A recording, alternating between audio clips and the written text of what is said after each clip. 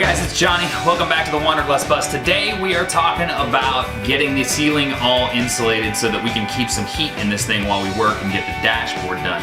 So we're going to work on the dash next. Well, we're going to, but in order to do that, it requires the use of epoxy, and we need to keep the space climate controlled as much as possible. So we're going to go ahead and talk about insulation first. And when we talk about insulation, you got a couple of options. You can go ahead and lose your curve and just use some straight boards so that you have an easier way to do it. Or you can do what we're doing because the wife wants to keep the curve. So I had to go and make these lovely aesthetically pleasing boards to go on all of the ribs.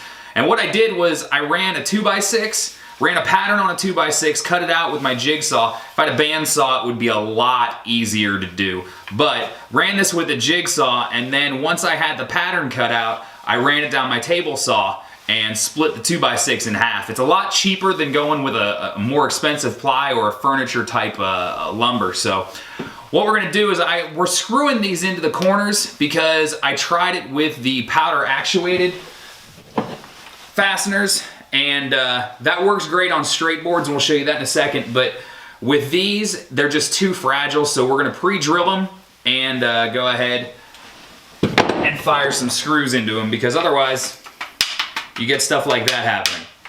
So we'll go ahead and pre-drill this with a metal bit, and then we'll drive some self-tapping screws in.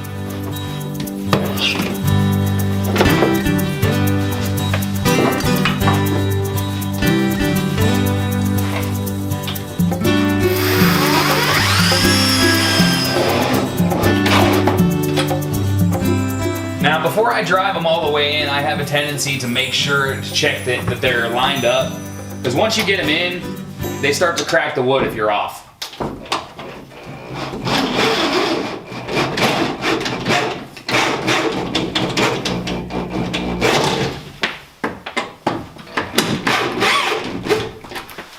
Alright, well, now that we got the rib in, we need to work on the straights. And the straights, I'm just using standard stock 1x2 that's untreated and pre-drilling it so that it doesn't split. We're gonna use the powder actuated on that, so let me go grab and cut some lumber and get these measured out, and we'll go ahead and I'll show you how we fire these in just a second. All right, so now I've got the piece of wood cut, but I wanted to talk to you first about the reasoning we went with this method. You always have the option if you go with a different material. We went with that beetle kill pine, as I showed you in the other video. But if you go with something different that you could just attach directly to this metal and you don't care about the fasteners showing, that would be a whole lot easier than the route we've taken. But the reason we went with this route is because we don't want the fasteners to show, and we think it's going to give it a cleaner look. So let's go ahead and get this attached.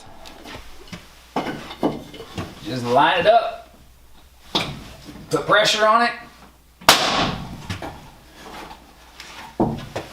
and you've got a firmly attached piece of wood. And I mean, that is really well attached as it is, but I'm gonna drive a second one just because 2 points of attachment is gonna be, well, much stronger. And there you have it. Now all we gotta do is get the insulation cut and attach some twine, and we'll show you how to do that next.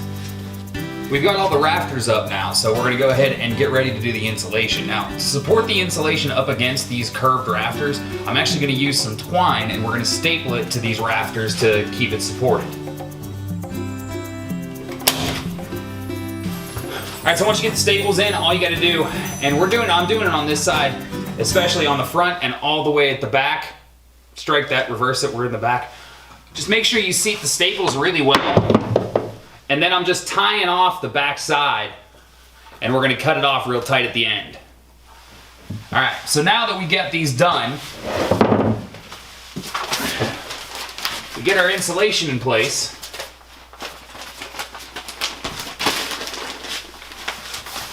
That's the wrong piece. That's the right piece.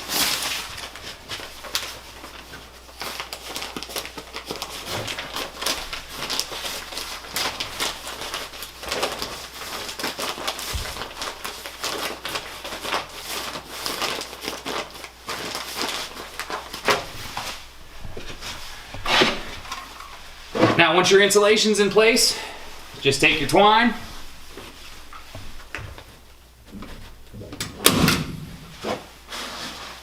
and go to the next one.